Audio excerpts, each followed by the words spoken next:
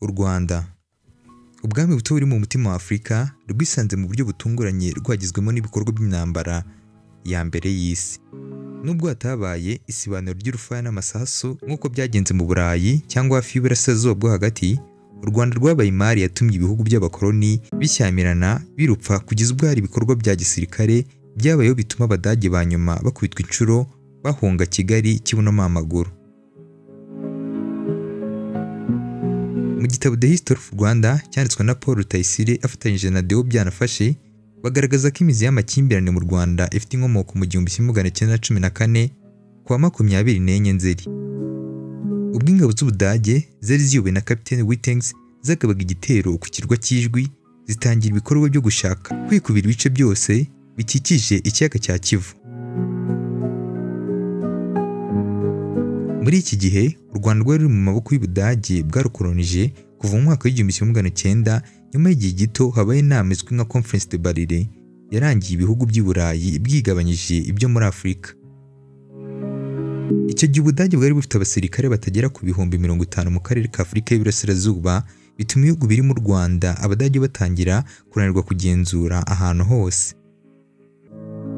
Nubwo batari bafite umubare munini w'abasirikare babafasha kwigarura ahantu by'igihe kirekire, igisirikare cyabo cyarangwaga n'imyitwarire myiza bituma Ubudage bubasha kugumana u Rwanda igihe kirekire binyuze mu mayeri yabo y'imibanire irimo ay'ishyamba, ibitero shuma, bakagerageza kwegeza ingabo z'Ububiligi n'Ubwongereza. Kuba u Rwanda rwari ruri hagati muri Afurika byabereye Ubudage iturufu ikomeye, by'umwihariko ku bijyanye n'inzira z'ubucuruzi bwakorerwaga mu bice bikikije ikiyaga cya Kivu. Nubwo byari bimeze bityo, Ababiligi bari bafitiye aka karere imigambi yabo ku buryo bahozaga ijisho ku butaka bwagenzurwaga n'Ubudage muri Afurika y'Iburasirazuba, aho Ububiligi bwabonaga u Rwanda nk'ahantu heza bahera bagura ibice bagenzuraga. Ububiligi bwari bumaze kwigarura Burundi butangira kototera u Rwanda mu mwaka w'1915. Abadage bagerageje uko bashoboye, nubwo bari bake bararwana bafatanyije n'abaturage bari barabiyunzeho bashaka kugumana ubutaka bwabo.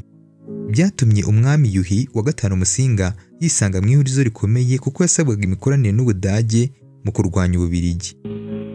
Byakomeje gufata indi ntera mu mwaka w'1916, ingabo z'Ububiligi zitangiza byeruye urugamba ku Rwanda zigamije kurwigarurira rukava mu maboko y'Ubudage. Ku wa 28 Mata umwaka w'1916, Colonel Morito yayoboye ingabo z'Ababiligi zageragezaga gufata ibice by'ingenzi nka Gatsibo, ibyabaye intango y'urugendo ruganisha ku gufata Kigali. Babifashijwemo n'abasirikare b'Abongereza bari bavuye muri Uganda, Ababiligi babashije kugana i Kigali bwangu nubwo yari iri mu maboko y'Abadage. Icyakora nabo babonye ko amazi atakiri yayandi, batangira kuvanamo akabo karenge. Ku wa 5 Gicurasi mu mwaka w'1916, abasirikare ba nyuma b'Abadage bavuye muri Kigali bakwirakwira imishwaro mu majyepfo y'u Rwanda, Isave no mu Burundi. Ku wa 9 Gicurasi umwaka w'1916, Ababiligi batangiye kugenzura byuzuye umujyi wa Kigali, bishyira iherezo ku ngoma y'Abadage mu gihugu cy'u Rwanda. Kuvanamo akarenge kw'abasirikare b'Ubudage byatewe ahanini no gutinya gukomeza kuba hagati y'ingabo z'Abongereza zagenzuraga Uganda n'iz'Ababiligi zagenzuraga Uburundi na Kongo. Uretse ibice by'amajyepfo abasirikare ba Kapiteni Wittengs berekejemo, hari n'abagiye mu misozi ya Nyundo mu burengerazuba bushyira amajyaruguru mu mashyamba yari hafi aho, nyuma baza kwambuka baragenda. Mu gihe Ababiligi bari bamaze kwigarura u Rwanda, batangiye kuyobora mu buryo butaziguye ugereranyije n'uko Abadage babigendagamo gake, ku buryo n'abaturage bo hasi batangiye kumva umurindi w'imigendekere y'Ababiligi. Abaturage batangiye kujya bakoreshwa bakanasunikirwa mu gukora imirimo mu nyungu z'ubukungu bw'abakoloni. Umwami Musinga wibwiraga ko bishoboka kongera kugira imikoranire n'Abadage, yisanze atorewe n'imitegekere y'Ababiligi.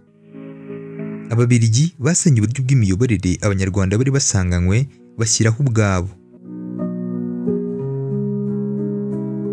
Ingaruka z'izi mpinduka zabaye mbi cyane buhoro buhoro. Ababiligi basahura umutungo kamere w'u Rwanda, bagakoresha abantu imirimo y'agahato ivunanye, bituma abaturage batangira kugirana ibibazo n'abayobozi babaga baratoranyijwe. Ku ya 1 Nyakanga umwaka w'1962, u Rwanda rwahawe ubwigenge bufatwa nk'ubucagase nyuma y'umwaka umwe imitegekere ya cyami ishyizweho iherezo burundu mu mwaka w'1961. Imitegekere y'Ababiligi yateje akaga gakomeye u Rwanda, irema ivangura ryagejeje kuri Jenoside yakorewe Abatutsi mu mwaka w'1994, ihagarikwa n'ingabo za RPA zari zishamikiye kuri FPR Inkotanyi.